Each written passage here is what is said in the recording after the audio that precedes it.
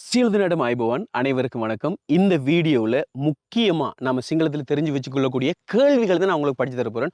ஒவ்வொரு கேள்விக்கும் ஒவ்வொரு உதாரணம் நான் சொல்லி தருவேன். நிச்சயமாக உதாரணங்கள் உங்களுக்கு விளங்குறதுக்காகத்தானோ தவிர உதாரணங்கள் அவ்வளோத்தையும் வாய்ப்பாடமாக்கணும் அப்படின்றது கிடையாது. எனவே இந்த கேள்விகளை கட்டாயமாக ஞாபகத்தில் வச்சுக்கொள்ளுங்க. நிச்சயமாக நாங்கள் அன்றாடம் பயன்படுத்தக்கூடிய கேள்விகள். இப்போ நான் உங்களுக்கு சொல்லி தரக்கூடிய கேள்விகளை நினைவில் வச்சுக்கொள்ளுங்க. முதலாவது வீடியோ பாருங்கள், 2-3 தடவை பாருங்கள். பார்த்துட்டு அதுக்கு பிறகு கடைசியில் பேப்பரில் எழுதி வச்சுக்கொள்ளுங்க. ஆனால் இதை பார்த்து எழுதுனீங்கன்னு சொன்னால் உங்களுக்கு பாடம் வராது. எனவே இந்த வீடியோக்கு நமக்கு ஒருத்தர் ஸ்பான்சர் பண்ணியிருக்கிறாங்க. அது யாருன்னு பார்த்தீங்களா இருந்தால் ஜிசான் ஜவுஃபர் அப்படின்னு சொல்லப்படக்கூடிய ஒருத்தர் தான் நமக்கு இந்த வீடியோக்கு ஸ்பான்சர் பண்ணியிருக்காரு. எனவே இந்த வீடியோ பார்க்குற எல்லாருமே வந்துட்டு அவருக்கு தேங்க்ஸ் பண்ணிக்கொள்ளுங்க. பாடத்தை ஆரம்பிக்கலாம். முதலாவது சொல் ஐ. ஐ உச்சரிங்க, என்னோட சேர்ந்து உச்சரிங்க. ஐ. ஐ என்றா ஏன் என்று அர்த்தம். ஐ ஒயா கேவினத்தை. ஐ ஒயா கேவினத்தை. ஐ ஏன், ஒயா நீங்க, ஐ ஒயா ஏன் நீங்க, கேவினத்தை சாப்பிடல, ஏன் நீங்க சாப்பிடல, ஐ ஒயா கேவினத்தை, ஐ ஒயா கேவினத்தை, ஏன் நீங்க சாப்பிடல. அடுத்த கேள்வி கவுது. கவுது யாரு? கவுது யாரு? கவுது கோலொண்டு வருது. ஹலோ கவுது கதாகரானே. ஹலோ கவுது கதாகரானே. ஹலோ ஹலோண்டா ஆங்கில சொல், அது ஹலோ தான். கவுது கதாகரானே யார் கதைக்கிறது? ஹலோ கவுது கதாகரானே யார் கதைக்கிறது? யார் கதைக்கிறது அப்படின்னு சொல்லும்போது கவுத கதாக்கரன்னே. அப்ப கவுதன்ற விஷயம் விளங்கிட்டு தானே. அடுத்ததான் நாங்க பார்க்க போறது என்ன சொன்னால் கவத்து. கவத்த என்று சொன்னால் எப்போன்னு அர்த்தம். இப்போ நாம இந்த விஷயத்தை நல்ல விளைய கொள்ளணுமா? நல்ல விளைய கொள்ளணும். தமிழ்ல நாங்க ஒருத்தர் நம்ம வீட்டுக்கு வரான்னு வச்சுக்கொள்ளுங்களேன். ஒருத்தர் நம்ம வீட்டுக்கு வர, நான் காலையில வேலைக்கு போறோம், ஒருத்தர் நம்ம வீட்டுக்கு வராரு, வீட்டுல வந்து இருக்கிறாரு. இப்ப நம்ம பின்னரம் வீட்டை வரும்போது அந்த நண்பர் நம்மளை சந்திக்கிறாரு, வீட்டை இருக்கிறாரு, உங்களோட வீட்டை தான் இருக்கிறாரு. நீங்க வரும்போது அவரை சந்திக்கிறீங்க. இப்போ நீங்க கேட்பீங்க, எப்போ வந்தீங்க அப்படின்னு கேட்பீங்க. எப்போ வந்தீங்க என்று கேட்குறீங்க தானே. இந்த எப்போ வந்தீங்கன்னு கேட்கறது ஒரு நேரத்தை குறிக்கும். ஏன்னா அவர் இன்றைக்கு தான் வந்திருக்காரு. இன்றைக்கு காலையில் நீங்க வீட்டை விட்டு போனீங்க, உங்களோட வீட்டுக்கு தான் அவர் வந்திருக்கிறாரு. வந்த உடனே நீங்க கேட்குறீங்க எப்போ வந்தீங்க அப்படின்னு கேட்குறீங்க. இது நேரத்தை குறிக்கிறது. எப்போ வந்தீங்கன்னு தமிழ்ல கேட்கறது. சிங்களத்தை முதலாக விளக்குறதை விட்டுட்டு தமிழை விளைய கொள்ளுங்க. எப்போ வந்தீங்கன்னு சிங்களத்துல கேட்கறது இல்லை, தமிழ்ல கேட்கறது சொல்றேன். விளையாடு தானே. எப்போ வந்தீங்கன்னு கேட்போம். இப்போ இதே மாதிரி இன்னொரு கேள்வியை இன்னொரு சந்தர்ப்பத்தில் கேட்போம். எப்போ தெரியுமா? இப்போ உங்களோட ஒண்டா வெளிநாட்டில் வேலை செய்த ஒரு நண்பர் இருக்கிறார். அவர் ஸ்ரீலங்காவுக்கு வரல, நீங்க ஃபர்ஸ்ட்டுக்கு வந்துட்டீங்க. வந்ததுக்கு பின்னால ஒரு 4-5 மாசம் ஆயிடுது. ஆகினதுக்கு பின்னால நீங்க மார்க்கெட் போறீங்க. போற சந்தர்ப்பத்தில் உங்களோட வெளிநாட்டில் வேலை செய்த ஒருத்தரை நீங்க மார்க்கெட்ல காட்டுறீங்க. ஹலோ எப்போ வந்தீங்க என்று கேட்போம். விளையாட்டு தானே. அப்போ அன்றைக்குத்தான் வந்த ஒருத்தரையும் பார்த்து எப்போ வந்தீங்கன்னு கேட்குறோம். இது நேரத்தை குறிக்குது தமிழ்ல, சரிதானே. இப்போ நீங்க மார்க்கெட்ல வச்சு எப்போ வந்தீங்கன்னு கேட்கறது நாளை குறிக்குது. எந்த நாள் வந்தாய், போன மாசமா, இல்லை நேற்றா, போன கிழமையா, இந்த வருஷமா, எப்போ வந்தீங்க அப்படின்னு சொல்லி நாங்கள் அந்த காலத்தை கேட்கும்போது எப்போ வந்தீங்கன்னு தமிழ்ல கேட்குறோம். அதே மாதிரி டைமை கேட்கும்போது எப்போ வந்தீங்கன்னு கேட்குறோம். எத்தனை மணிக்கு வந்தீங்கன்னு கேட்கறத விட்டு எப்போ வந்தீங்கன்னு கேட்கும். இப்போ இந்த எப்போ வந்தீங்க விளங்கிட்டு தானே. இந்த எப்போ வந்தீங்க நாளை கேட்கும்போது கவத்தன்னு பயன்படுத்தணும். விளங்கிட்டு தானே.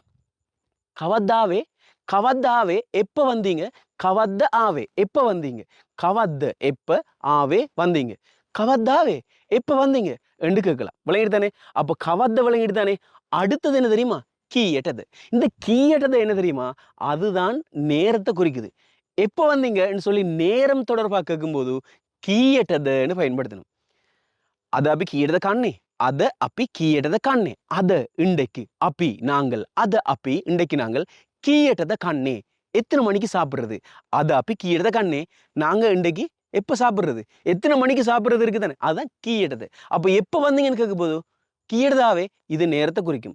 நாளை கேட்கும் போது கவத்த ஆவேன்னு சொல்லணும். விளையாட்டு தானே. அப்ப கீயடத ஆவே கவத்த ஆவே இந்த ரெண்டுக்கும் உரிய விஷயம் உங்களுக்கு விளங்கிச்சா அப்படின்னு சொல்லி கட்டாயமா கமெண்ட்ல தெரியப்படுத்துங்க. நானும் அதை தெரிஞ்சு கொள்றேன். தெரியல அப்படின்னு சொன்னா தெரியாதுன்னு சொல்லுங்க. மறுபடியும் ஒரு வீடியோல நான் அதை விளங்கப்படுத்துறேன். சரியா? அடுத்த கேள்வி என்ன தெரியுமா? காட்டது. காட்டது என்று சொன்னால் யாருக்கு? காட்டது என்னோட சேர்ந்து உச்சரிக்கணும் நீங்க. காட்டது யாருக்கு? காட்டது யாருக்கு? மேக காட்டது கெனாவே, மேக்க இதை, மேக்க இதை காட்டது யாருக்கு? கெனாவே கொண்டு வந்தீங்க. மேக காட்டது கெனாவே இதை யாருக்கு கொண்டு வந்தீங்க? மேக்க காட்டது கெனாவே இதை யாருக்கு கொண்டு வந்தீங்க? அப்ப காட்டதுன்னு சொன்னால் யாருக்கு அப்படின்றத நன்றாக நினைவு வைத்துக் கொள்ளுங்க. அடுத்த கேள்வி என்ன தெரியுமா? காகெத. காகெத என்று சொன்னால் யாருடையது? காகெத யாருடையது? காகெத யாருடையது? மே செரிப்பதுக்கு காகெத, மே செருப்பு දෙක කාගේද? மே இந்த செருப்பு දෙක செருப்புகள் ரெண்டும். இப்ப செருப்பு ஜோடிகள் இருக்குதானே, ரெண்டு ரெண்டா வரும்போது நன்றாக நினைவில் வைத்துக் கொள்ளுங்க, தெக்கன்றத கட்டாயமா பயன்படுத்தணும். விளையாடுதானே? இப்ப செருப்பு ரெண்டா இருக்குது, அப்ப செருப்பு தெக்கன்னு பயன்படுத்தணும். மே செருப்பு தெக்க, இந்த செருப்பு ரெண்டும் காகித யாருடையது? மே செருப்பது காகித, இந்த செருப்பு ரெண்டும் யாருடையது? அப்ப காகித என்று சொன்னால் யாருடையது அப்படின்னு அர்த்தம். விளையாடுதானே? அப்ப நன்றாக நினைவில் வைத்துக் கொள்ளுங்க, காகித யாருடையது. இப்போ அடுத்த வினைச்சொல், அடுத்த கேள்வி என்ன தெரியுமா? காகெந்து. ஏற்கனவே பார்த்தது காகெது. இது காகேயோட இன் சேர்ந்து த வருது. காகெந்து யாரிடமிருந்து? காகெந்து யாரிடமிருந்து? காகெந்து யாரிடமிருந்து, யாருக்கிட்டால அப்படின்னு சொல்றேன். காகெந்து அப்படின்னு சொல்லும் போது யாரிடமிருந்துன்னு அர்த்தம். இப்போ உங்களுக்கு ஒரு கடிதம் ஒன்று வருது. லியும காகெந்து, லியும காகெந்து, கடிதம் யாரிடமிருந்து? லியும காகெந்து, லியும கடிதம், லியும கடிதம், காகெந்து யாரிடமிருந்து? காகெதண்டா யாருடையது, காகெந்துன்னு சொன்னால் யாரிடமிருந்து அப்படின்னு அர்த்தம். இப்போ நான் படிப்பிச்சிருந்த ஒவ்வொரு விஷயமும் உங்களுக்கு ஞாபகம் இருக்குதா அப்படின்னு கட்டாயமா கமெண்ட்ல தெரியப்படுத்துங்க.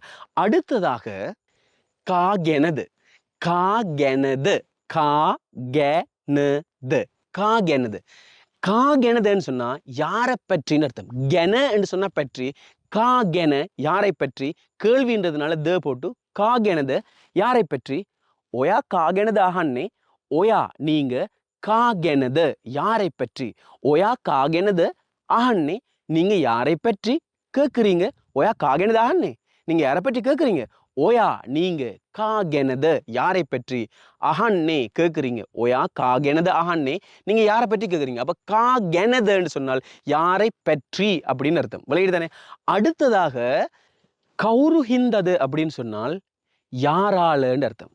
கௌருஹிந்தது யாரால, கௌருஹிந்தது யாரால, கௌருஹிந்தது மம் மிஹிம உனே, கௌருஹிந்தது மம் மிஹிம உனே, கௌருஹிந்தது யாரால, மம நான், மிஹிம இவ்வாறு, உனே ஆகினேன், யாரால நான் இப்படி ஆகினேன் அப்படின்னு கேட்கும்போது, யாரால நான் இப்படி ஆகினேன் அப்படின்னு சொல்லும்போது கௌருஹிந்தது மங் மிஹிம உனே, கௌருஹிந்தது யாரால, மங் மிஹிம உனே நான் இப்படி ஆனேன். கௌருஹிந்தது மம் மிஹிம உனே யாரால நான் இப்படி ஆகினேன்.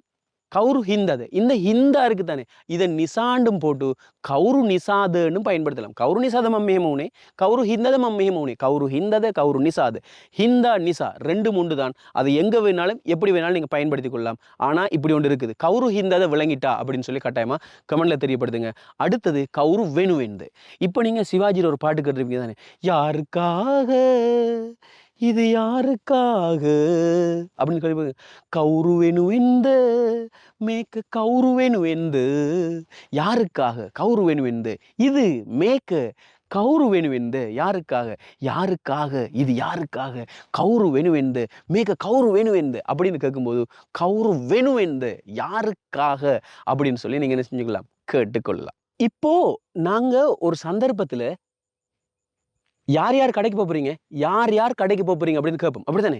யார் யார் கடைக்கு போறீங்க அப்படின்னு கேட்போம் தானே. இப்போ தனியாக போக இயலாதுன்னு சொல்லும்போது நானும் அவனும் அவனும் போறோம் அப்படின்னு சொல்ற சந்தர்ப்பத்தில் யார் யார் கடைக்கு போறீங்க, யார் யார் கடைக்கு போறீங்க அப்படின்னு கேட்குறாங்க. இந்த சந்தர்ப்பத்தில் கௌரு கௌருது கடை அன்னை, கௌரு கௌருது யார் யார், யார் யாருன்னு கேட்கும்போது கௌரு கௌருதுன்னு கேட்கணும். விளையாடு தானே? கௌரு கௌருத கடை அன்னை, யார் யார் கடைக்கு போகிறது, கௌரு கௌருத கடை அண்ணே யார் யார் கடைக்கு போகிறது. இப்போ கடைட்டை அண்ணேன்னு வராதான்னு கேட்டால் பயன்படுத்துங்க, பிரச்சனை இல்லை. கௌரு கௌருத கடைட்டை அண்ணேன்னு பயன்படுத்துங்க, கௌரு கௌருத கடை அண்ணேன்னு பயன்படுத்துங்க, ஒரு பிரச்சனையுமே கிடையாது. ஆனால் கடை அணவான்ற ஒரு விஷயம் ஒன்று இருக்குது, அது நான் உங்களுக்கு பிறகு ஒரு டைமுக்கு விளங்கப்படுத்துறேன், சரிதானே?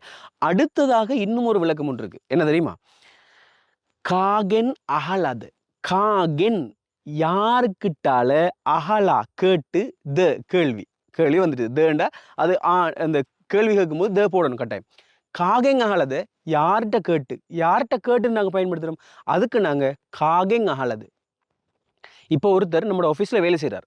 வேலை செய்யும்போது அவர் என்ன செய்கிறாருன்னு சொன்னால், நம்மளோட டேபிளில் இருக்கக்கூடிய ஒரு பேனாவையோ இல்லை ஒரு புக்கையோ இல்லை ஒரு பேப்பரையோ ஏதோ ஒன்று எடுத்துகிட்டு போயிட்டார்.